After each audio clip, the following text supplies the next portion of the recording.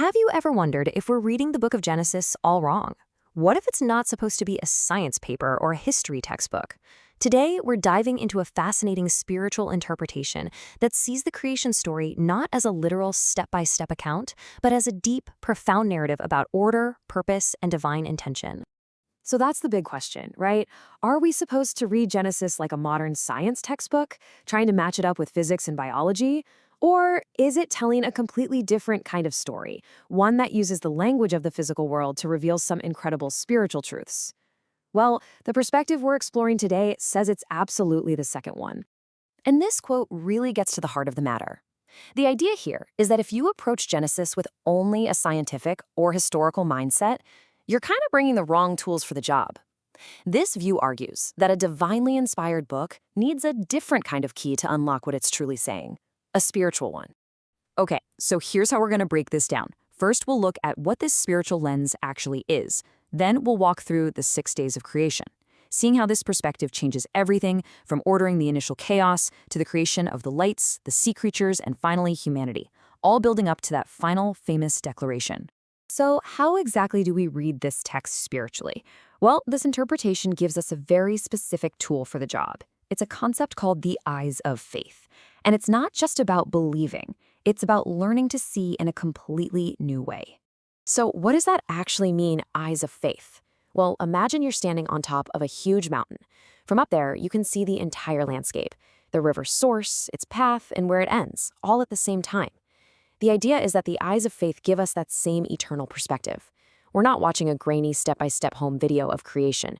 We're seeing God's entire unified purpose from a timeless vantage point. Okay, so let's try this lens out. In this reading, the first 3 days are not about God making stuff out of absolutely nothing. No, they're about God stepping into a pre-existing reality that was chaotic, formless, and dark, and bringing structure and purpose to it. And the one key action we see over and over again is separation. So on day 1, the big move isn't just making light. The text says God divided the light from the darkness that was already there. He separates them. This isn't just about giving us daytime and nighttime, it's about establishing a fundamental spiritual division. And believe me, this theme of separation is just getting started. And boom, on day 2, we see it again. This time, an expanse, a sky, is created to divide the waters. This sets up a clear boundary, separating a heavenly domain, the waters above, from an earthly one, the waters below. Once again, order is being carved out of chaos through an act of division. Then on day 3, this whole ordering process really hits its stride. The wild, chaotic waters are gathered together, which allows stable, dry land to finally appear. And this new land isn't just sitting there. It's immediately productive, bringing forth vegetation. The first signs of life appear because order has been established. All right, now we get to day 4. And this is where this spiritual reading really takes a fascinating turn, moving way beyond just a simple description of the sun and moon. Now, according to this view, day 4 isn't about God physically creating the sun and moon. I mean, light was already separated from darkness back on day 1, right? No, this is about establishing rulers. The key verbs in the text here are to rule and to govern. These lights are being set up as spiritual authorities, one to rule the day and one to rule the night. We're talking about a spiritual hierarchy here, not an astronomy lesson. So on day 5, the newly ordered realms of the water and the sky finally get filled with living creatures. And this is where a really cool detail in the original Hebrew text adds a totally unexpected layer to the story.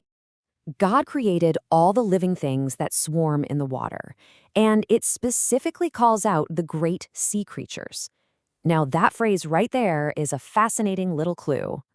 So the original Hebrew word here is tanin, and while it can just mean a giant fish or whale, it's also the exact same word used in other parts of the Bible for serpents, dragons, and sea monsters. And yet, what does God say right after he creating them? He declares them good. This interpretation suggests that even these creatures that we later associate with chaos and evil were originally part of God's good creation, before any kind of fall or corruption happened. And now, we finally arrive at the climax of the entire creation week, day 6. This is when the land gets filled with life, and the ultimate purpose of it all is revealed with the creation of humankind. When it comes time to create humanity, the language suddenly changes. It gets really personal, and really interestingly, it becomes plural. God says, "Let us make mankind in our image." Why us and our? Well, this interpretation finds a huge clue in the original text. So here's the key. The Hebrew word used for God throughout the entire creation story is Elohim, and Elohim is actually a plural noun. This view connects that plural name for God directly to the us and our in the verse we just saw, suggesting a kind of plurality within the one God who is creating everything. So what was the whole point of creating humanity? It was to have them act as God's representatives on earth. They are given a job, a mandate, to be fruitful, to fill the world, and most importantly, to rule. They are basically appointed as the governors of this brand new ordered creation, exercising authority over every other living thing. Okay, so humanity is in place. The world is filled and it's ordered. The 6 days of divine work are now complete. All that's left is for the Creator to step back, take it all in, and give a final assessment. After each of the previous days, the text says God saw that his work was good. But now, with the entire cosmic temple belt and its rulers put in place, God looks at the whole picture, from the first separation of light and dark all the way to the creation of humankind. And it was very good. That one little word changes everything. It's the first and only time the Hebrew word for very or exceedingly is used in the whole story. It's not just good anymore. The whole thing, the complete and ordered creation with humanity as its crown jewel, is declared to be in a state of absolute, perfect harmony. So if we take this perspective, if we read Genesis not as a scientific manual, but as a spiritual story about God bringing order and purpose out of chaos, it leaves us with a pretty powerful question, doesn't it? What does it mean for us, as people made in that image, to be agents of order, purpose, and goodness in the chaotic and formless parts of our own world today?